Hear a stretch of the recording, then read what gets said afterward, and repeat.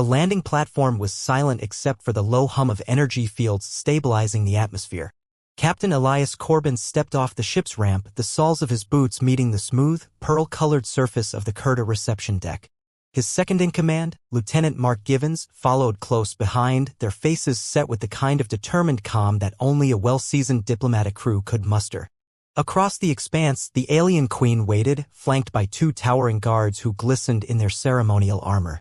Queen Xaveria's imposing figure was draped in cascading silks that shimmered in colors Elias couldn't quite name. Her luminous, pale blue skin seemed to ripple faintly under the platform's lights. She held herself with an almost statuesque grace, her golden eyes locked onto him with a mixture of curiosity and caution. Mark leaned slightly toward Elias. "Quite the welcoming committee," he muttered, keeping his tone low. Elias shot him a glance, his lips twitching into the barest hint of a smirk. "Keep it diplomatic, Mark. This isn't the time for commentary." Elias raised his hand in greeting. "Queen Xaveria," he began, his voice steady.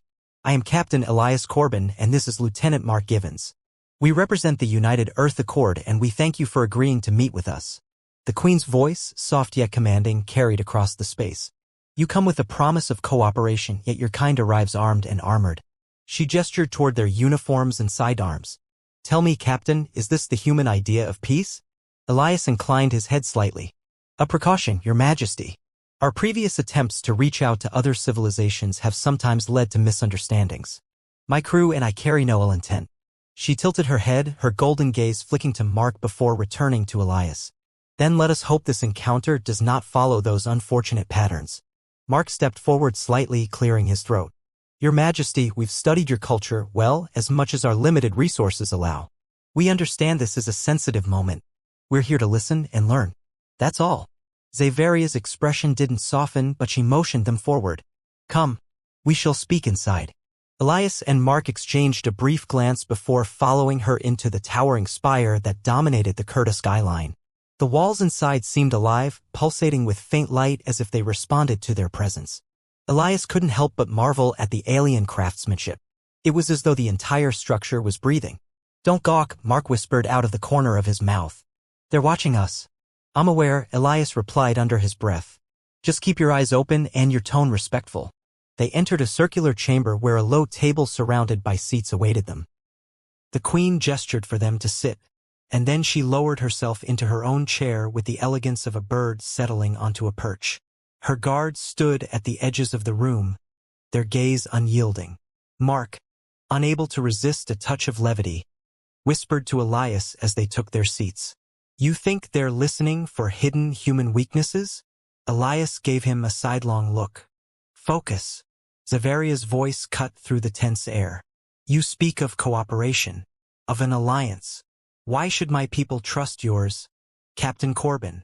Elias leaned forward slightly, his hands resting on the table. "Because we've seen what isolation can do. We know the strength that comes from working together. Earth is still learning, still growing. We don't claim to have all the answers, but we do know that mutual respect can lead to opportunities neither of us can achieve alone." The Queen studied him, her golden eyes narrowing. "And what would you offer, Captain? What can humans give that my people cannot find on our own?" Elias hesitated, considering his words carefully. "Perspective," he said finally. "A different way of looking at challenges. New approaches to problems you've faced for generations.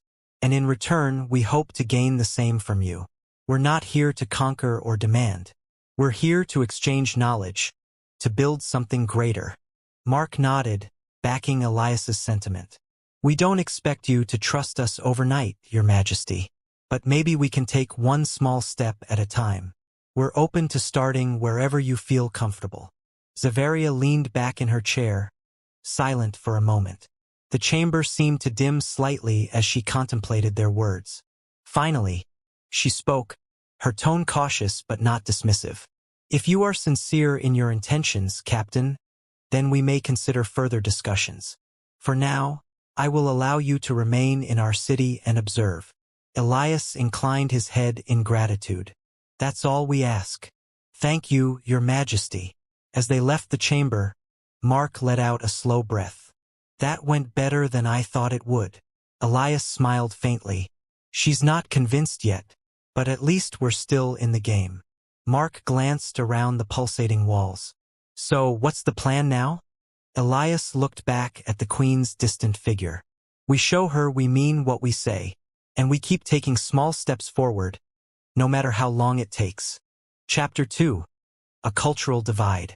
Elias and Mark found themselves in a vaulted hall that echoed with every step they took. The room was filled with shimmering tapestries depicting alien constellations and long-forgotten Kurta legends. A set of low, elegant platforms surrounded the space, each adorned with strange instruments and objects whose purposes they couldn't begin to guess. It was both museum and temple, a place where Zavaria's people preserved their history and heritage. "All right, Mark," Elias said quietly as they paused near a cluster of crystalline sculptures. "Keep your mouth shut unless you have something valuable to say." Mark smirked, clasping his hands behind his back.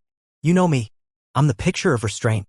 "That's what I'm afraid of," Elias muttered before turning toward the Kurta diplomat assigned to guide them. The diplomat, an older alien named Vakhdar, approached with a measured pace. His azure complexion was deeper than Zavaria's, and his robes bore intricate patterns that shimmered as he moved. Though he had greeted them cordially enough upon their arrival, his demeanor now seemed cautious, his luminous orange eyes scanning them as if searching for something hidden. "Humans," Vakhdar began in his smooth, measured voice, "Queen Zavaria has instructed me to acquaint you with our customs and traditions. I trust you will listen and observe carefully." "Absolutely," Elias replied with a polite nod. "We're eager to learn about your culture and find common ground." Vakhdar's gaze lingered on him before he turned toward the closest platform. "What you see before you are the Talaran receptors. They contain the recorded wisdom of generations preserved in crystalline form. Only the Queen herself may access their full knowledge. To touch them without permission would be considered a grave offense." Mark tilted his head, studying the delicate crystals. "So, they're like a library?" Vakhdar's mouth quirked slightly as though amused by the comparison. A primitive analogy, but not entirely incorrect. "Mark," Elias warned under his breath, but Mark ignored him. "How do they work?" Mark asked. "Is it some kind of data storage? A neural interface?" Vakhdar's expression grew slightly cooler. "You will learn more if you exercise patience and wait for the proper explanation." Elias stepped in. "We appreciate your time, Vakhdar. Please continue." The Kurta guide nodded and moved on, leading them past platforms displaying other artifacts, intricately woven garments imbued with faint glows, sculptures that seemed to shift shape when viewed from different angles, and musical instruments that emitted harmonious tones even when untouched. As Vakhdar explained the significance of each piece, Elias and Mark tried to absorb every detail.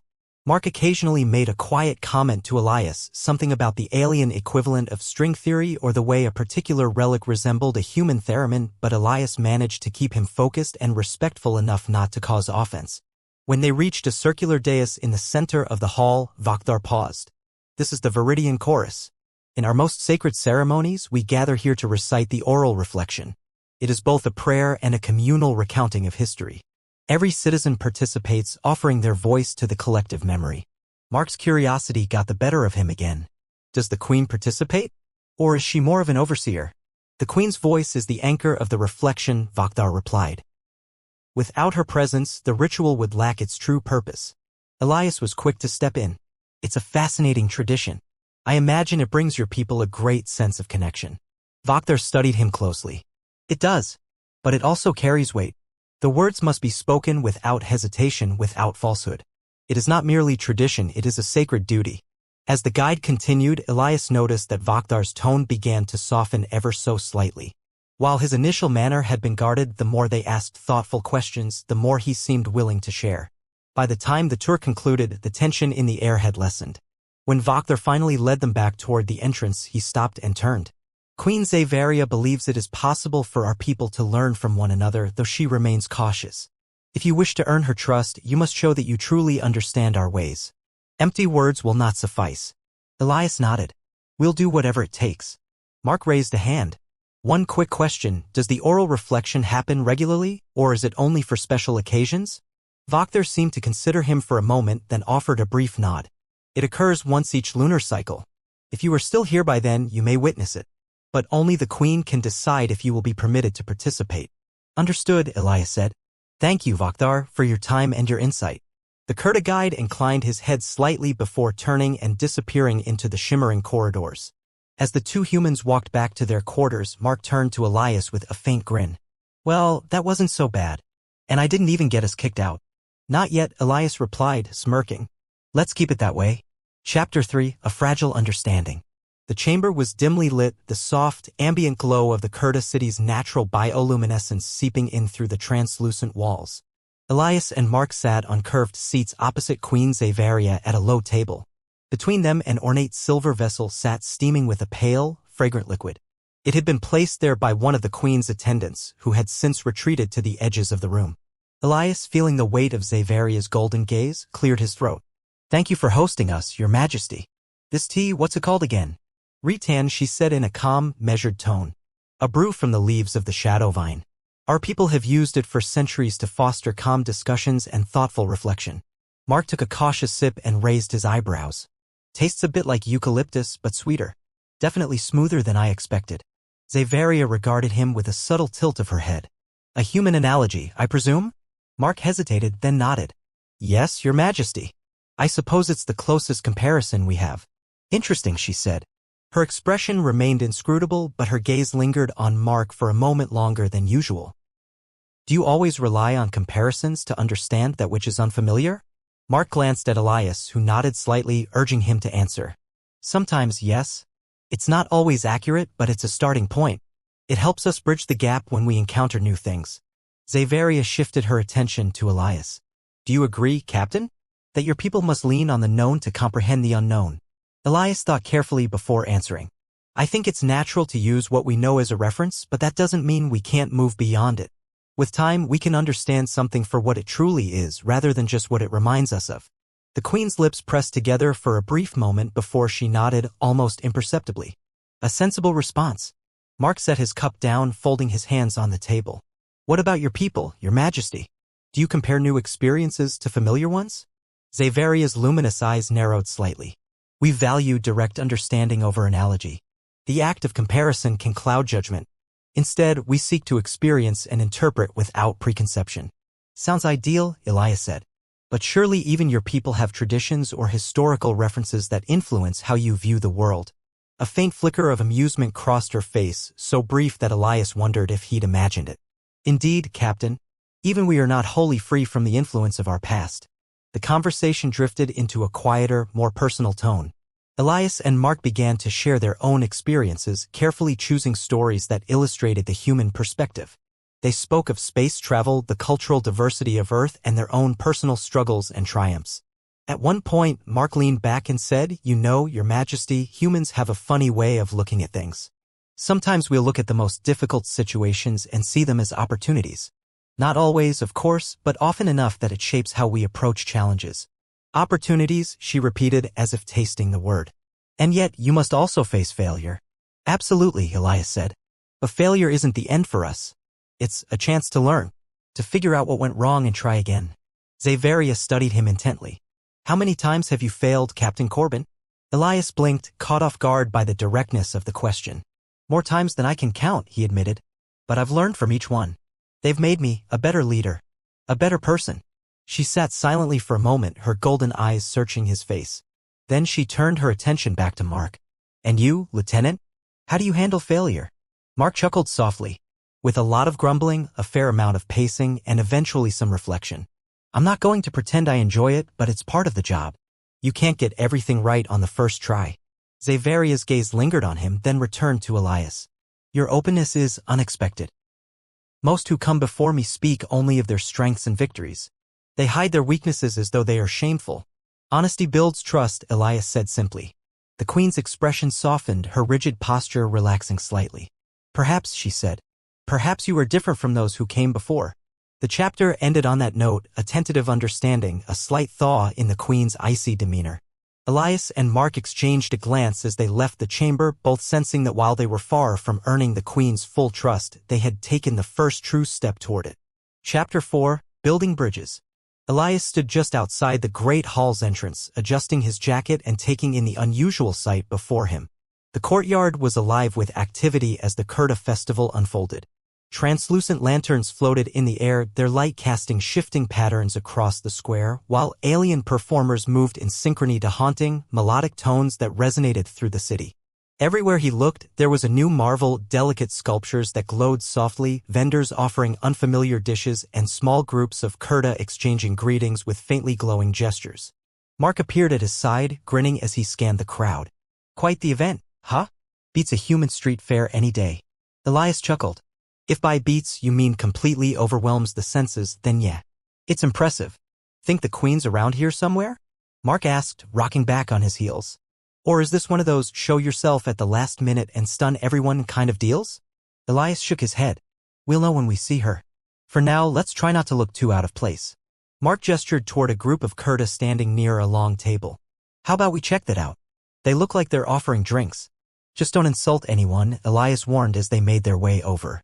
The Kurta at the table greeted them with polite nods. A tall, silver-robed figure poured a luminescent liquid into small, crystalline cups and handed them out. Elias took one cautiously and sniffed it. The aroma was floral and slightly sweet. Mark, already a step ahead, sipped his and let out a low whistle. Not bad, Mark said. Kind of fruity, kind of herbal. I could get used to this. Elias took a small sip. The taste was light and complex, but not unpleasant. He glanced at the server, who was watching them with curiosity. Thank you, Elias said, hoping the tone would convey respect. The server inclined their head and moved on to the next guest. See?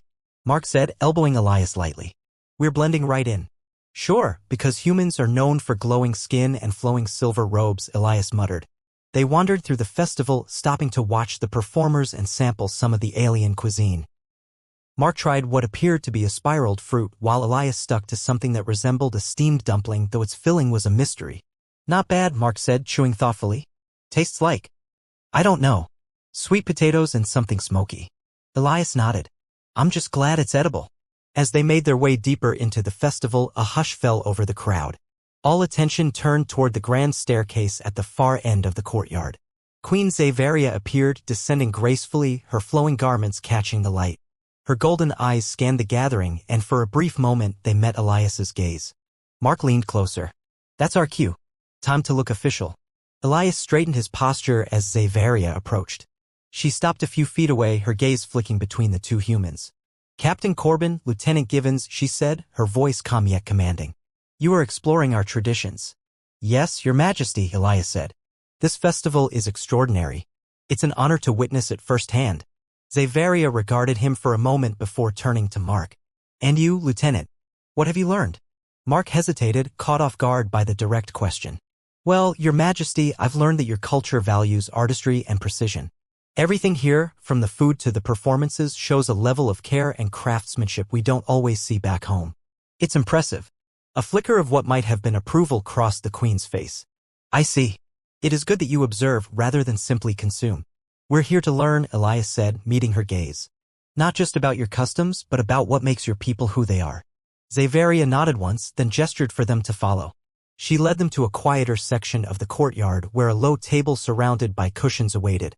Once they were seated, an attendant served a different kind of tea, this one darker and richer in aroma. For many cycles, our people have celebrated this festival as a time of reflection and renewal, Xaveria said. It is not merely a display of AR. Slightly. It is. And as we open ourselves to new possibilities, it may serve to strengthen bonds beyond our own kind. Mark sipped his tea and nodded. If I may, Your Majesty, I think this festival shows that your people have a deep understanding of harmony. It's something we could learn a lot from. Xaveria looked at him, her golden eyes narrowing slightly as though considering his words. You speak of harmony, yet your species is known for discord. Can you truly learn what you do not practice? Elias stepped in. We may not always get it right, but that doesn't mean we can't try. That's why we're here, to understand, to grow, and to find common ground. For a long moment, the Queen said nothing. Then a faint smile touched her lips, so fleeting it was almost imperceptible. Perhaps. Let us see if your actions align with your words. The festival continued around them, the distant music blending with the soft murmur of the crowd. As the night wore on, Elias and Mark remained at the Queen's side, sharing observations, asking questions, and gradually, step by step, building a fragile bridge between their worlds. Chapter 5, The Festival's Bond. As the festival reached its peak, the courtyard transformed into a symphony of color and sound. Alien musicians played instruments that shimmered with each note, sending ripples of light through the air. Floating lanterns danced higher into the dark sky, glowing faintly, their hues shifting in rhythm with the music. The crowd, gathered around in fluid clusters, moved gracefully to the otherworldly melody. It was a scene Elias had never imagined he would witness. Hard to believe this is real, Mark said, standing beside Elias. Feels like we walked into a dream. Elias nodded, his eyes scanning the crowd. He spotted Queen Xaveria near the grand staircase. She was surrounded by her closest advisors, but her gaze occasionally drifted toward him and Mark.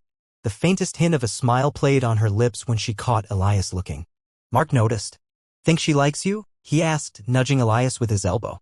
You two keep sharing those looks. Elias smirked. It's diplomacy, Mark. I wouldn't read too much into it. Diplomacy or not, she's definitely paying attention to you, Mark said, his tone teasing. And hey, if the galaxy's fate rests on you two hitting it off, then so be it.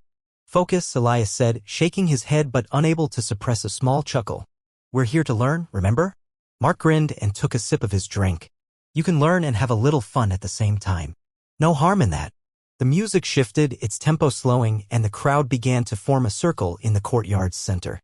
Xaveria moved gracefully through her people, stepping into the open space at the circle's heart.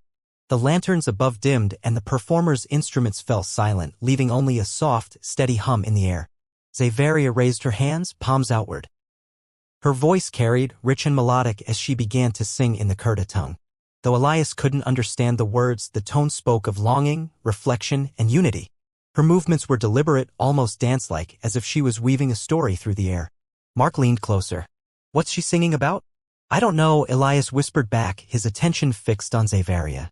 But whatever it is, it's important. The queen's performance was mesmerizing.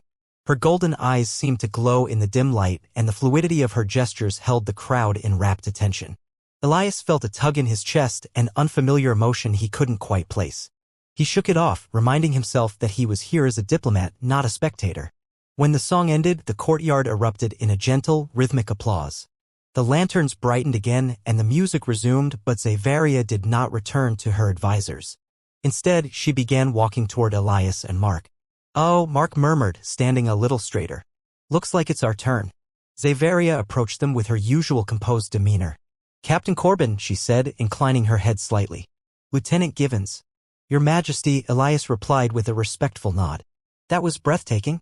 I've never seen anything like it. Nor will you, Xaveria said softly.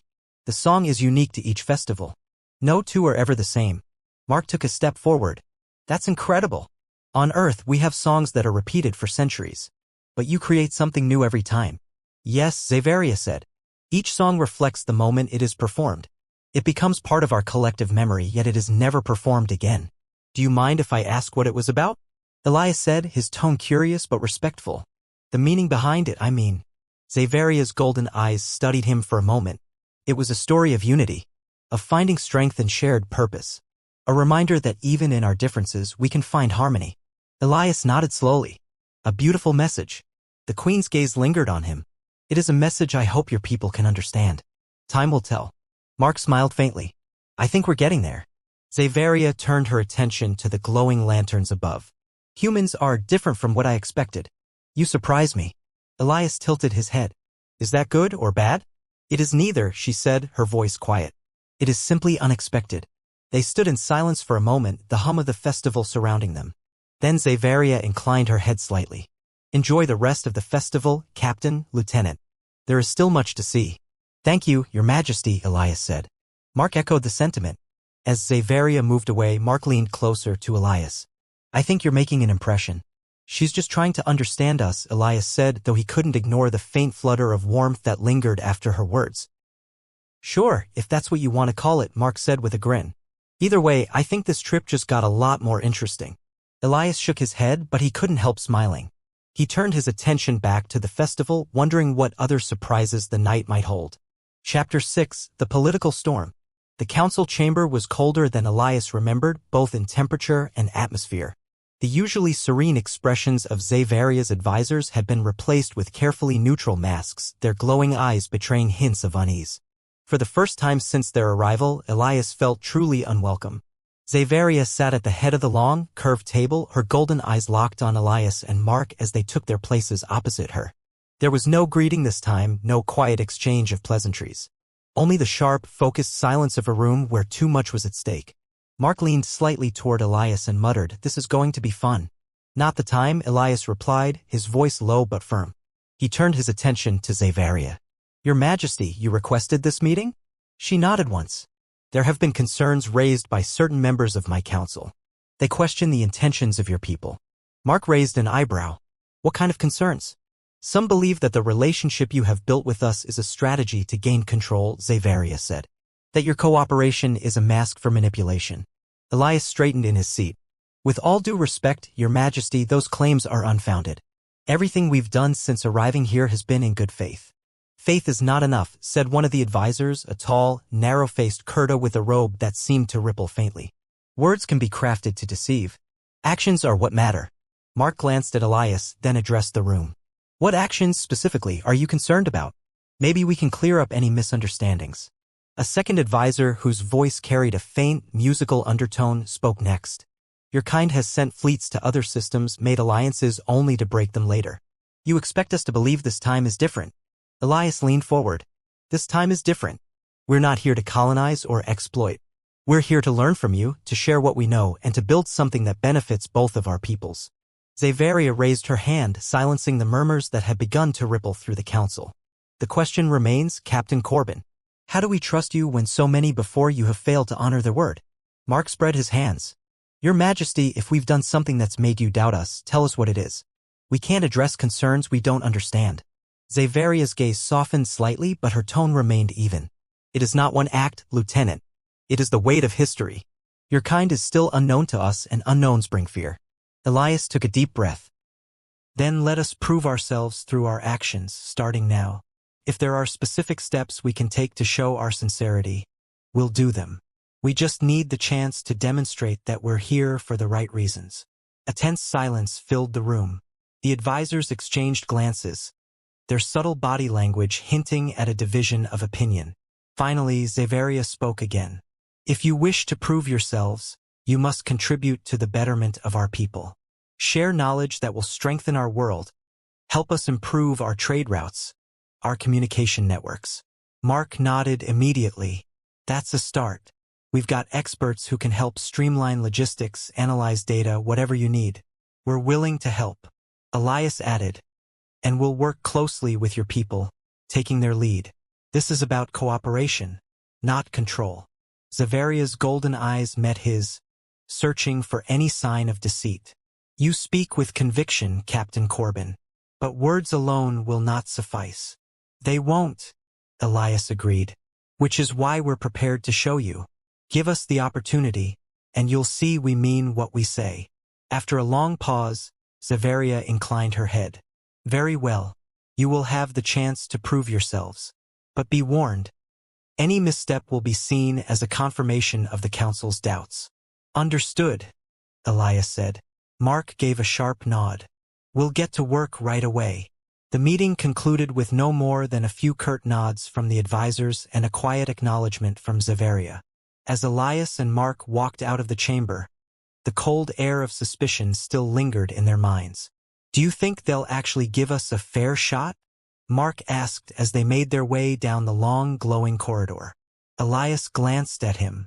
Maybe not at first, but we have to earn their trust step by step. That's the only way forward. Mark sighed. I get that, but this feels like walking on a knife's edge. One wrong move and we're done. Then we make sure there are no wrong moves, Elias said firmly. We'll show them we're here for the right reasons. Together.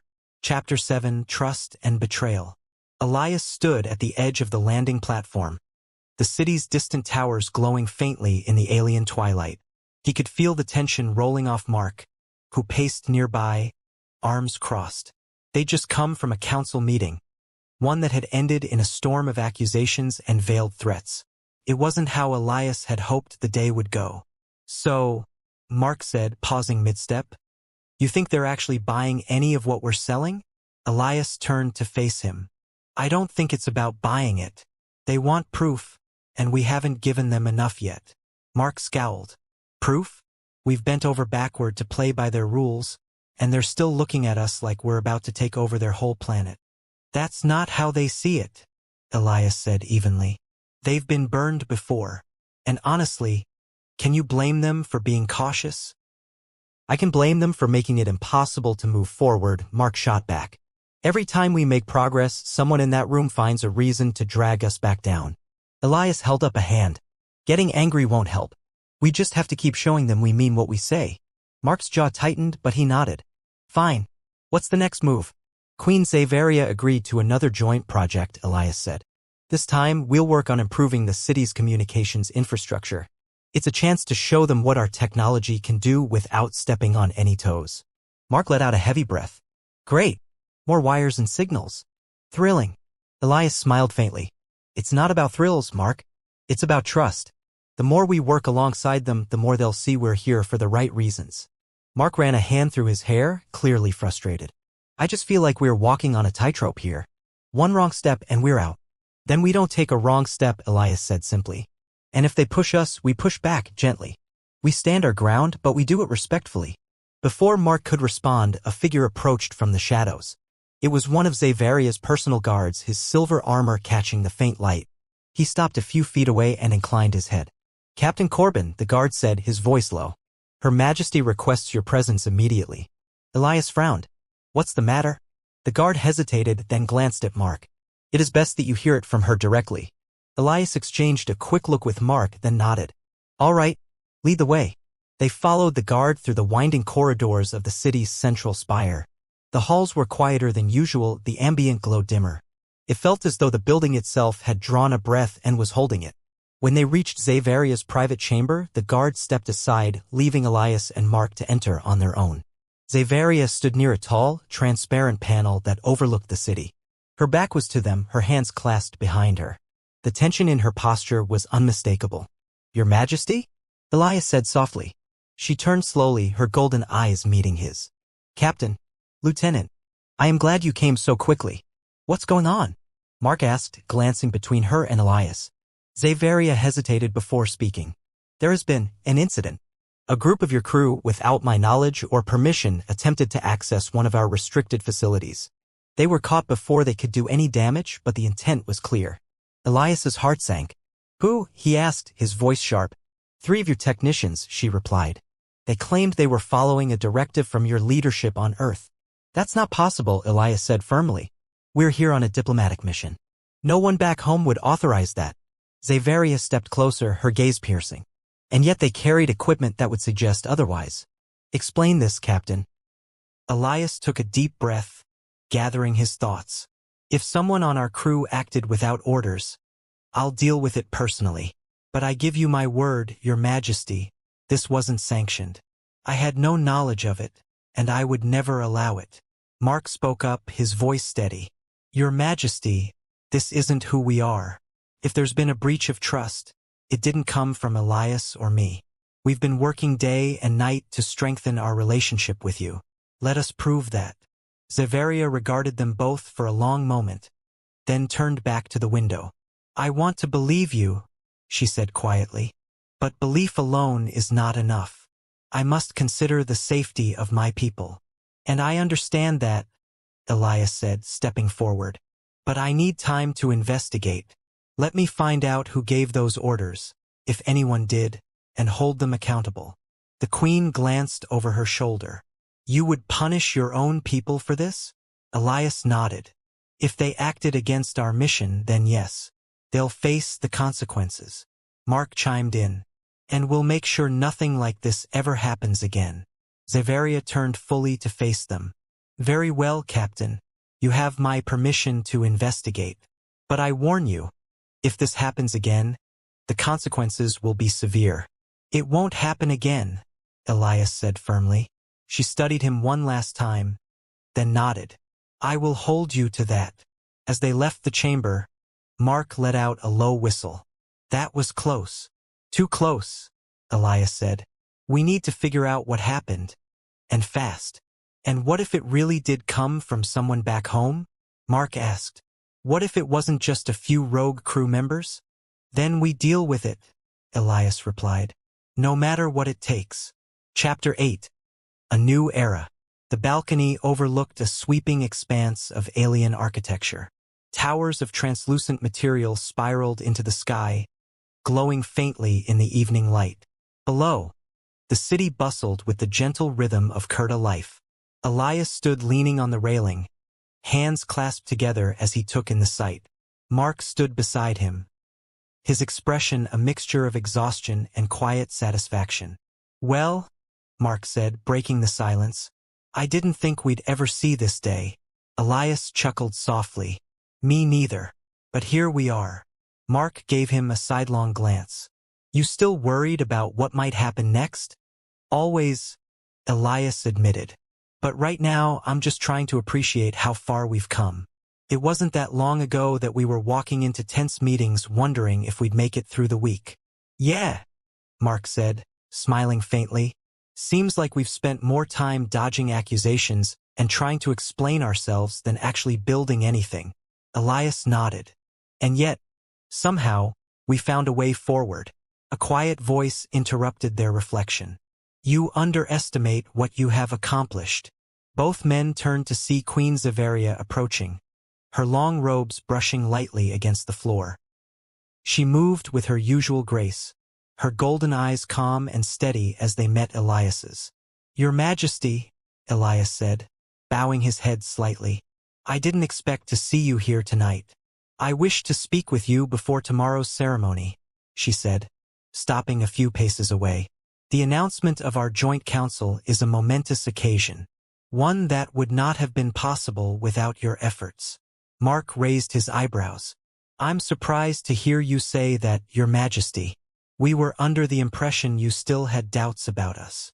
Zaveria's lips curved into a faint smile. "I did, and perhaps I still do. But I have seen enough to know that you have acted with integrity. That is no small thing." Elias studied her for a moment, then said, "We still have a long way to go, but I believe this is a good start." "It is more than that," Zaveria said, stepping closer to the railing. She gazed out at the city below, her tone thoughtful. "This partnership will change the way my people see the universe. It will shape the way we approach challenges, how we view others who are different from us." Elias nodded. "That's what we've hoped for. A real partnership, not just an agreement on paper." Zaveria turned to face him. "You have shown us that trust is earned, not demanded. That patience and sincerity can overcome even the deepest fears." Mark crossed his arms, a faint grin on his face. "You're making us sound a lot more noble than we probably are, Your Majesty." "Perhaps," Zaveria said, her golden eyes glinting with a hint of amusement. "But that does not diminish the impact of your actions." Elias glanced at Mark, then back to the Queen. "So where do we go from here? How do we keep building on what we've started?" Zaveria considered his question for a moment. "We continue as we have begun, by listening, by learning, and by respecting one another's differences." Change W. "Why, our task is not to eliminate their fear, but to show them that their fear is unfounded." Elias nodded. "We can do that. It's not easy, but we can do it." The three of them stood in silence for a moment, the sounds of the city drifting up from below. Finally, Zaveria turned to Elias. "I will see you both tomorrow. Until then, rest well." Elias bowed slightly. "Thank you, Your Majesty." Mark nodded. "Good night, Your Majesty." As she walked away, her silhouette fading into the glow of the corridor, Mark let out a low whistle. "Well, that's a twist. I think she actually likes us now." Elias laughed quietly. "You're reading too much into it, Mark. But yeah, I think we've gained her respect." Mark leaned back against the railing, his hands in his pockets. "You know, this whole thing, it could have gone so much worse. But somehow we pulled it off." Elias joined him at the railing, his gaze sweeping over the city. "It's not perfect. There's still work to do. But it's a start." Mark grinned. "You always say that. It's a start. You're too modest." Elias smirked. "Someone has to keep you grounded." They stood together, watching as the city lights pulsed softly like a heartbeat. It wasn't a flawless piece, but it was peace nonetheless, a fragile, tenuous step towards something greater.